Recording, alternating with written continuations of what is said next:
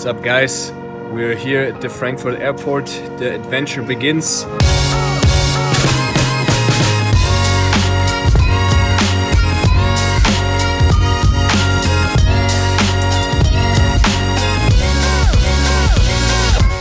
Hey, what's up, guys? Unfortunately, we couldn't win our first round today at the Australian Open, but we played a very good match. It was a crazy experience playing first Grand Slam tournament, and overall it was a great trip to Hong Kong, Adelaide and Melbourne. Many cool experiences on and off the court.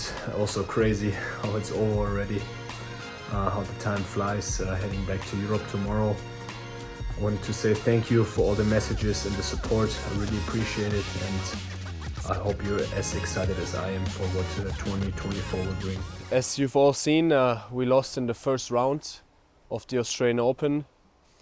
And the feeling it's a bit bittersweet, to be honest. I mean, defeat is always bad, but it was a special kind of defeat, because with that defeat, it also marked the first time competing in a Grand Slam event. But what's really interesting for me personally was I kind of lost a bit the illusion, you know. So before the event, like also last year playing, the goal was always, let's get the points to go to Australia. Let's make the points. We want to go to our first Grand Slam. Like, that was really pushing us in difficult moments. And now, after experiencing it, I kind of lost this, you know, because that's not a goal anymore.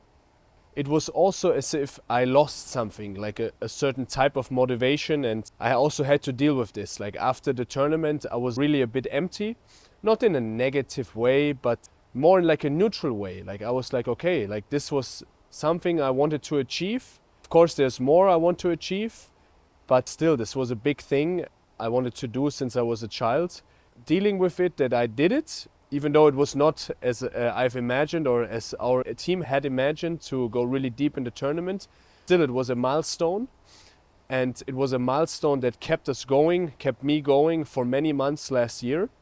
And with completing the milestone, I lost sort of intrinsic motivation, and it was interesting to deal with that. The special things I took from playing my first Grand Slam are, to be honest, it's just another tournament.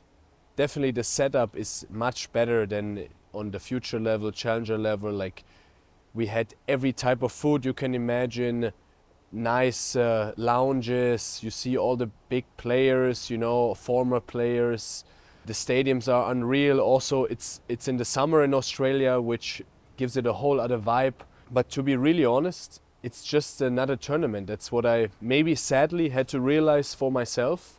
What kept me going last year was a bit this illusion that it's going to be this huge event, but it's just another tournament, you know. Like, of course, I cannot speak for playing on the biggest courts. Like, I've only witnessed that as a spectator, so definitely that's a bit different. Like, when in singles you go 5 sets, you go the distance in a full Rod Laver arena. Like, I cannot speak of that. I think and I hope that is very, very special, but for me, just being there, even watching on the bigger show courts, playing on the courts, getting the vibe, it's very special. It's a great atmosphere. It's very unique, but it's also not this crazy type of thing that maybe someone had imagined. Like, I mean, I'm 28 now. Like, it's not that I imagined butterflies and gold falling from the sky going to Australia, but still, you build up this illusion or this picture in your head from playing all your life, going to the Grand Slam, this almost myth of playing a Grand Slam and then going to Australia. I mean, Australia is also a country that's far away. But to be brutally honest, the clocks tick the same. The setup is a bit nicer and you play for more points and money, and there's a bit more attention because it's a worldwide event. But tournament-wise, it's the same thing. That's what I realized. And maybe that sounds a bit sad. And I thought a lot about this thing, but it also made me realize why I'm playing, why I'm competing. And it's not just to play in a Grand Slam. And of course, I want to win tournaments, but I realized that at the end of the day, I just really like the competition. So after coming back from Australia, I took 1 week off also recovering from the jet lag and getting back into training. And then we headed to Montpellier in Marseille for two 250 tournaments. We had great success indoors in the past, especially in France, winning Orléans last year, reaching the final in Metz. So we had high expectations going into the 2 weeks. Also with the bittersweet early loss in the Australian Open, we were very motivated to compete well. Unfortunately, we lost twice in the first round. Twice against the later tournament winners. So that was a bit tough draws. We played well, but still very frustrating because we didn't make any points, any results. And it definitely didn't help the morale at the time after the early defeats in Australia.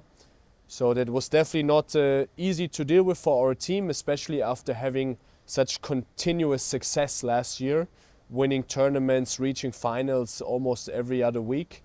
So that was a bit of a new situation for us. Nonetheless, those two tournaments were great in the south of France. Nice to be on the ATP Tour, gain some more experience there, even though we reached already a final and beat a top 10 team this year at the ATP in Adelaide. It's still great to gather more experience at this tour level. So the learnings, the experiences I took from playing the Australian Open, it's really a bit of a double-edged sword. So on the one hand, it was an impressive setting, really nice location, the fans, it's in the summer in Australia, the courts are nice, we get great food, the atmosphere is cool, and the stadiums are huge. It's really not something you see even on the ATP Tour, definitely not on the Challengers and Futures. But on the other hand, I really had to realize it's just another tournament.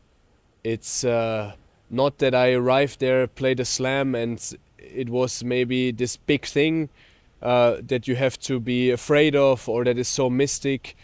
At the end of the day, I realized it's a competition with a nice setup around and with a lot of media attention. But it's really just another tournament where you get to compete against the best in the world and you see the best in the world, and also you get a look behind the scene, because at the end of the day, all my life I've been a young tennis kid, and deep inside, it was a bit mystic. How is it to play a Grand Slam? I've always imagined it as a kid going to school, how it would be like, and it was a great experience, and having this maybe illusion also kept me going. And I don't want to sound negative that this illusion has now been taken, that it's just another tournament. But I've realized that for me, the cool thing is the competing. And you can compete every day in training, you can compete in matches. And the nicest thing is to compete still on the biggest stage. But it's the competition and not what is around. If it's a Grand Slam, if it's that tournament, if it's maybe even a smaller tournament. The competition is the nice thing. And of course, in the Australian Open, you compete for the most money, for the most points. You can make the biggest strides for your career. So I guess that's what makes it so big. And on the other side, I still realize it's a nice thing to be there. It's a privilege. And that I want to have continuity with my partner, that we compete in all the big tournaments. And that takes a lot of work. That's what I realized. It was one thing to get there for the first time and to make these experiences. And now it's another thing to step it up more and to keep playing on that level and to compete well on this level. Let's go. So after the first round loss in Marseille, we played 5 tournaments this year with 4 first round losses. That was definitely a new experience. And then we decided to take a step back, to go back on the Challenger Tour, to get back in the flow, to play more matches, which directly backfired in Cherbourg, where we lost another first round at a tournament where I previously played a final. But then we just brushed off our shoulders and stayed to it, and we came out strong in Pau, where it was nice to finally win again a match, and another match playing a semi-final, losing a close match there, and then we got back in the flow, reaching the semis there, winning a match in Lille, and now getting to the final in Lugano, which was very crucial for our momentum. and also for our team, because in doubles you have to play more, you have to get in the flow. It's very tough to train certain elements of the game. So we're really happy to get a lot of matches in and also to make some results, to make points. And now I will go into a training week, and then we will play a couple more challenges before returning to the ATP circuit.